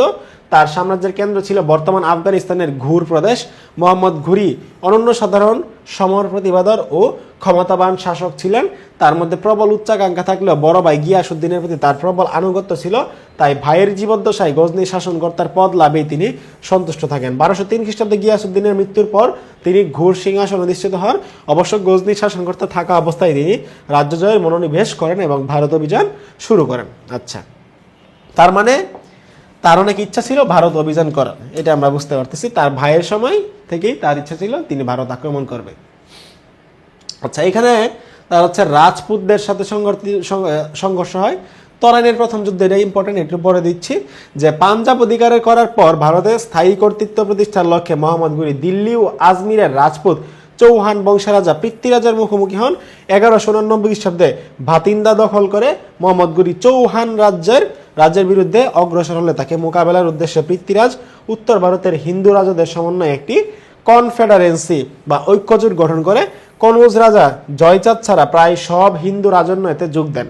1191 খ্রিস্টাব্দে থানেশ্বরের কাছাকাছি তরাইনের রণক্ষেত্রে সম্মিলিত বাহিনী ও মোহাম্মদ ঘুরির বাহিনীর মধ্যে তুমুল যুদ্ধ হয়। যুদ্ধে মুসলিম বাহিনী পরাজিত হয় এবং মোহাম্মদ ঘুরি আহত হয়ে পালিয়ে যান। তার মানে এই যে মোহাম্মদ ঘুরি হচ্ছে এই যে পাঞ্জাব অধিকার করার পর ভারতে স্থায়ী কর্তৃত্বের লক্ষ্যে মোহাম্মদ ঘুরি দিল্লি ও আজমিরের রাজপুত চৌহান বংশের সাথে তিনি হচ্ছে আক্রমণ করছিল। বাট চৌহানরা কি করলো, তারা হচ্ছে আরো যে হিন্দু রাজারা আছে তাদের সাথে একটা ঐক্যজোট গঠন করলো। ঐক্যজোট গঠন করার ফলে যে যুদ্ধটা হলো তরাইনের যুদ্ধে, এই তরাইনের যুদ্ধে কিন্তু তোমার হচ্ছে ঘুরি পরাজিত হয়। ওকে, তরাইনের দ্বিতীয় যুদ্ধ। 1192 খ্রিস্টাব্দে 1,20,000 সৈন্যের এক বিশাল বাহিনী নিয়ে তিনি পুনরায় যুদ্ধযাত্রা করেন। মুসলিম বাহিনীর মোকাবেলায় পৃথ্বীরাজ 3 লক্ষ সৈন্যের এক বিশাল বাহিনী সংগঠিত করেন। তার আহ্বানে সাড়া দিয়ে প্রায় 150 রাজপুত রাজা পৃথ্বীরাজের পতাকা তলে সমবেত হয়েছিলেন বলে ঈশ্বরী প্রসাদ উল্লেখ করেছেন। তরাইন প্রান্তরে উভয় বাহিনী মুখোমুখি হয়। বিপুল সংখ্যা গরিষ্ঠতা সত্ত্বেও মোহাম্মদ ঘুরি উন্নত রণকৌশলের কাছে সম্মিলিত রাজপুত বাহিনী শোচনীয়ভাবে পরাজিত হয়েছিলেন। তার মানে তরাইনের দ্বিতীয় যুদ্ধে কিন্তু আবার মোহাম্মদ ঘুরি জয়লাভ করে ফেলছে। কুতুবউদ্দিন আইবেককে প্রতিনিধি নিয়োগ ও তার বিজয় অভিযান। মোহাম্মদ ঘুরি ভারতে অধিকৃত অঞ্চলগুলোর মধ্যে শাসনভার তার নির্ভরযোগ্য বিশ্বস্ত সেনাপতি কুতুবউদ্দিন আইবেককে দিয়ে গজনিতে ফিরে যান। বিজিত অঞ্চলে ক্ষমতা দৃঢ়ীকরণ ও রাজ্য বিস্তারের জন্য আইবেককে ব্যাপক ক্ষমতা দেওয়া হয়। সেনাপতি হিসেবে কুতুবউদ্দিন ছিলেন অসাধারণ যোগ্যতা সম্পন্ন। কালিঞ্জর জয় 1202 খ্রিস্টাব্দে বুন্দেলখণ্ডের রাজপথ চান্দেল রাজা পরমাদি দেবের বিরুদ্ধে অভিযান পরিচালনা করেন। ঠিক আছে, মুসলিম বাহিনীর দখল আসে প্রায় সমগ্র উত্তর ভারত মুসলিম কর্তৃত্ব প্রতিষ্ঠিত হয় কিসের মাধ্যমে? এই কালিঞ্জর জয়ের মাধ্যমে। এটা একটু দেখে নিবা। এরপর হচ্ছে বাংলা বিহার জয় করছে। বাংলা বিহার জয় 1197 সালে তিনি পাল বংশের শাসক ইন্দ্রমানকে পরাজিত করে বিহারের উদন্তপুর দখল করেন। উদন্তপুর ছিল মূলত একটি বৌদ্ধ শিক্ষাকেন্দ্র। বিহার জয়ের পর 1204 খ্রিস্টাব্দে ইখতিয়ারউদ্দিন মোহাম্মদ নদী আক্রমণ করে সেন বংশের রাজা লক্ষণ সেনকে পরাজিত করে বাংলা জয় করেন। ভারত অভিযানে মোহাম্মদ ঘুরির সাফল্যের কারণ। প্রথমত, এ সময় ভারতের চরম রাজনৈতিক অনৈক্য ছিল। মুসলমানদের উন্নত সামরিক সংগঠন, আধুনিক যুদ্ধাস্ত্র, শৃঙ্খলা নিয়মানুবর্তিতা, তৃতীয়ত, ঈশ্বরী প্রাসাদ, রাজপুত ও মুসলমানদের মধ্যকার যুদ্ধকে দুটি বিপরীত ধর্মী সামাজিক শক্তির মধ্যকার সংঘাত হিসেবে আখ্যায়িত করেছেন। অর্থাৎ বিপরীত ধর্মী মানে একটা হিন্দু একটা মুসলমান, এরকম আখ্যায়িত করতে চেয়েছেন। জাতীয় বর্ণভেদ প্রথা ভারতীয় হিন্দুদের মধ্যে প্রচন্ড সামাজিক বৈষম্য তৈরি করেছিল। অর্থাৎ হিন্দুদের মধ্যে তুমি দেখবা যে বর্ণ প্রথা আছে, এক বর্ণের মানুষ আরেক বর্ণের মানুষ কিন্তু দেখতে পারে না, যার ফলে তারা যখন আক্রমণ করে তখন হিন্দু রাজারা কিন্তু ঐক্যমত্যে পৌঁছাতে পারে না। ঘুরি বংশের প্রথা, এই ঘুরি বংশের আবার পতন হয়ে যায় পরবর্তীতে। দেখো মোহাম্মদ ঘুরির মৃত্যু। অসাধারণ রণনিপুণতা ও দৃঢ়প্রত্যয়ে মোহাম্মদ ঘুরি গজনি, ঘুর ও দিল্লির অধিপতি হন। এরপর মধ্য এশিয়ার সাম্রাজ্য প্রতিষ্ঠার আশায় তিনি খাওয়ারিজম শাহের সাথে যুদ্ধ করে পরাজিত হন। এই সংবাদ পাঞ্জাব, মুলতান ও অন্যান্য স্থানে বিদ্রোহী দেখা দেয় এবং তারা স্বাধীনতা ঘোষণা করে। এরূপ পরিস্থিতিতে ঘুরি সেনাপতি কুতুবুদ্দিনের সহায়তায় সব বিদ্রোহ দমন করেন এবং গজনি, মুলতান পুনরুদ্ধার করেন। কিন্তু বিদ্রোহ দমন শেষে গজনি ফিরে যাওয়ার পথে 1206 খ্রিস্টাব্দের 15 মার্চ সিন্ধু নদের তীরবর্তী দামাইকায় মাগরিবের নামাজরত অবস্থায় একজন খুক্কার বংশীয় আততায়ীর হাতে তিনি নিহত হন। আততায়ী হচ্ছে নাম পরিচয় জানা যায় না এমন ব্যক্তি যাদের নাম বা পরিচয় জানা যায় না আর কি, এরকম। আচ্ছা, মোহাম্মদ ঘুরি হচ্ছে অপুত্রক ছিলেন, যার ফলে 1206 খ্রিস্টাব্দে ঘুরির মৃত্যুর পর তার ভ্রাতুষ্পুত্র ভাইয়ের ছেলে মোহাম্মদ ঘুরি সিংহাসনে অধিষ্ঠিত হন। তিনি ছিলেন অত্যন্ত দুর্বল ও অযোগ্য শাসক। তার দুর্বলতা সুযোগে মোহাম্মদ ঘুরির সহযোগী তাজউদ্দিন ইয়ালদুজ গজনিতে, নাসিরউদ্দিন কুবাচা সিন্ধুতে এবং কুতুবউদ্দিন আইবেক দিল্লিতে কর্তৃত্ব প্রতিষ্ঠা করেন। দুর্বলচিত্ত মাহমুদ ঘুরির পক্ষে তাদের নিয়ন্ত্রণ করা সম্ভব হয়নি। তদুপরি তার মৃত্যুর পর সিংহাসনকে কেন্দ্র করে যে গৃহবিবাদ শুরু হয়, সে সুযোগে খাওয়ারিজম শাহ ঘুর রাজ্য দখল করে নেন, ফলে ঘুরি বংশের শাসনের অবসান ঘটে। ওকে, মোটামুটি আমাদের এই অধ্যায়টা প্রায় শেষের দিকে। আমাদের এই অধ্যায় থেকে যে গুরুত্বপূর্ণ যে এমসিকিউগুলো আছে সেগুলো আমরা যদি দেখি, যে ইসলামের আবির্ভাবের পূর্বে ভারতীয় উপমহাদেশের সাথে কাদের যোগাযোগ ছিল, সেটা হচ্ছে আরব বণিকদের যোগাযোগ ছিল। আরবদের সিন্ধু বিজয়ে একটি নিষ্ফল উপাখ্যান, এই উক্তিটি কে করেছেন? স্ট্যানলি ল্যান্ডপুল বলেছেন। প্রাচ্যের হুমার কাকে বলা হয়? ফেরদৌসিকে প্রাচ্যের হুমার বলা হয়। ভারতবর্ষের প্রাচীনতম অধিবাসী কারা? সেটা হচ্ছে দ্রাবিড়। এটা হচ্ছে তোমাদেরকে বলেছিলাম একদম শুরুর দিকে আছে এই ভিডিওতে। সুলতান মাহমুদ সোমনাথ মন্দির অভিযান করেন কত সালে? 1026 খ্রিস্টাব্দে। কত খ্রিস্টাব্দে মোহাম্মদ বিন কাসিম সিন্ধু জয় করেন? 712 খ্রিস্টাব্দে এবং 713 খ্রিস্টাব্দে করে মুলতান বিজয়। মুসলমানদের ভারত আগমনের পূর্বে বাংলা ও বিহার কোন বংশের শাসন প্রতিষ্ঠা ছিল? সেটা হচ্ছে পাল বংশের শাসন প্রতিষ্ঠা ছিল। এটা তোমাদের হচ্ছে বলেছিলাম যে এটা পরীক্ষায় আসতে পারে এরকম প্রশ্ন। শাহনামা গ্রন্থের রচয়িতাকে? শাহনামা গ্রন্থের রচয়িতা আবুল কাসেম ফেরদৌসি। মুসলিম বিজয়ের প্রাককালে সিন্ধুর রাজা কে ছিলেন? সিন্ধুর রাজা ছিলেন দাহির। ক্ষত্রিয়দের পেশা কি ছিল? ক্ষত্রিয়দের পেশা ছিল যুদ্ধ করা। এরা হচ্ছে যুদ্ধবাজ, এদেরকে হচ্ছে ভাড়া করে কিনে নেওয়া যেত। ওকে, একটা সৃজনশীল দেওয়া আছে, দেখো। অতি সম্প্রতি চীনের দুটি যুদ্ধ জাহাজ জাপানের টোকিও নিয়ন্ত্রিত সেনকাকু দ্বীপের জলসীমায় প্রবেশ করে। বেইজিং এর কাছে দ্বীপটি দিয়াউস নামে পরিচিত। এই দ্বীপটিতে নিয়ন্ত্রণ নেওয়ার জন্য দুবার অভিযান পরিচালনা করেছিল, কিন্তু দুটি অভিযানই চীন পুরোপুরি ব্যর্থ হয়েছে। পরাজয়ের গ্লানি মুছে ফেলার উদ্দেশ্যে তারা আবার অভিযান পরিচালনা করলো এবং সফল হলো। শাহনামা কি? শাহনামা হচ্ছে একটা তোমার কাব্যগ্রন্থই বলা যায়, কাব্যগ্রন্থ যেটা হচ্ছে মহাকাব্য। ঠিক আছে, শাহনামা কি? শাহনামা একটা মহাকাব্য। সুলতান মাহমুদের ভারত অভিযানের রাজনৈতিক উদ্দেশ্যগুলো ব্যাখ্যা করো। রাজনৈতিক উদ্দেশ্য যেগুলো ছিল সেই রাজনৈতিক উদ্দেশ্যগুলো একটু তুমি হচ্ছে এখানে ব্যাখ্যা করে দিবা। রাজনৈতিক উদ্দেশ্যগুলো স্লাইডে দেওয়া আছে, তুমি দেখে নিবা। উদ্দীপক লিখিত অভিযানের সাথে প্রাক সালতানাত যুগের কোন অভিযানের বৈশিষ্ট্যগত সাদৃশ্য রয়েছে? অর্থাৎ এই যে বারবার যে আক্রমণ, এর সাথে কার সাদৃশ্য রয়েছে? সুলতান মাহমুদের। উদ্দীপকের তৃতীয় অভিযানের সফলতা কি? মোহাম্মদ বিন কাসিমের অভিযানের সফলতার অনুরূপ ব্যাখ্যা করো। উদ্দীপকের তৃতীয় অভিযানের সফলতা তারা আবার এবং সফল হলো। হ্যাঁ, এই যে মোহাম্মদ বিন কাসিমের অভিযানের যে সফলতা, এই সফলতার অনুরূপ। ঠিক আছে, কারণ এই যে সফল হয়েছে মোহাম্মদ বিন কাসিমের সফল হয়েছে, তো তুমি লিখবা যে এটা হচ্ছে অনুরূপ এবং কেন কেন অনুরূপ সেটা তুমি একটু গুছিয়ে সুন্দর করে লিখে দিবা। মোহাম্মদ বিন কাসিমের যে ঘটনাটা, সিন্ধু বিজয়ের যে ঘটনা, এটা একটু সুন্দর করে লিখে দিবা, তাহলে কিন্তু তোমার সৃজনশীলটা হয়ে যাবে। ঠিক আছে, সবাই ভালো থাকো, সুস্থ থাকো। পরবর্তী ক্লাসে দেখা হবে। আসসালামু আলাইকুম।